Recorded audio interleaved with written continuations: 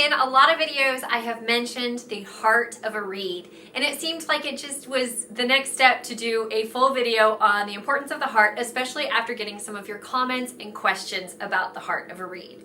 The heart is one of the most important measurements for me on a finished reed, largely because it affects the intonation, the tone color, and the stability of the overall reed. So this is one of the most important micrometric dimensions. So in order to find the heart of the reed, you're going to need three key items. You're going to need a good ruler with 0 at the very edge, a sharp pencil to mark the reed, and a micrometer. Oh, and you need a reed, of course. The way I go about finding it is marking 6 millimeters from the tip of the reed, and then marking 9 millimeters from the tip of the reed. Then from that 6 to 9 millimeter mark, I go ahead and draw a circle. And in the center of the circle, that's the heart of the reed. Now for me, I like the heart to be anywhere from 65 to 68 on the micrometer. It varies ever so slightly based on how hard the cane is and also if I'm at a higher altitude or a lower altitude.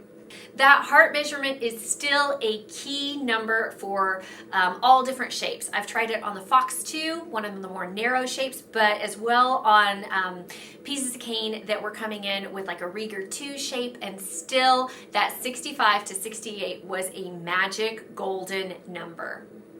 Okay, what do you do if you have a great reed that possibly the heart is just a little too thin? Maybe you ordered a piece of gouge-shaped and profiled cane and the profile came in just a little bit too light, or possibly you got to scraping and you just over-scraped a little bit. We've all been there. Here are some key tips and tricks to help you out if the heart is a little bit thin.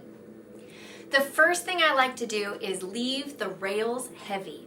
By leaving the rails heavier than normal, I'm able to keep that stability in the sound. Now, it does have a downfall that if the rails are heavy, the reed is going to be a little bit brighter than normal, but I choose the stability any day over the tone color. Another trick if the heart is coming in just a little bit thinner than you'd like is to leave the tip just ever so slightly heavier than normal.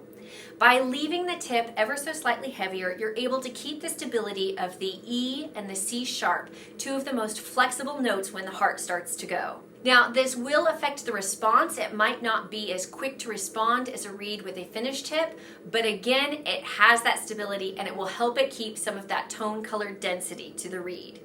You might also consider taking a little bit extra out of the back of the reed, creating a reed that is scraped more like an oboe style of reed. An oboe style of reed is not going to be as thick at the back of the reed as a bassoon style reed, but it's still going to have that heaviness of heart. This is fantastic for playing second bassoon because it gives you the response of the low notes that are in the back of the reed, but it still has the density of color and sound because it has the thickness of the heart. Okay guys, these are my tips and tricks for helping you out with keeping the tone color, the stability, and the intonation of your reeds. I hope you found this helpful. I would love to hear from you guys where the heart is on your reed, how thick it is, and the reasons why. So if you would like to, leave me a comment at the bottom of this video. You could also contact me on Twitter or Instagram. I love hearing from you guys. If you liked this video, give it a thumbs up. And if you want to make sure that you never miss a future video, go ahead and subscribe. I will see you guys next time. Bye!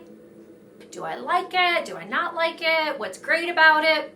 Okay, so let me take you through my experiences with the Medeer gouge shaped and profiled.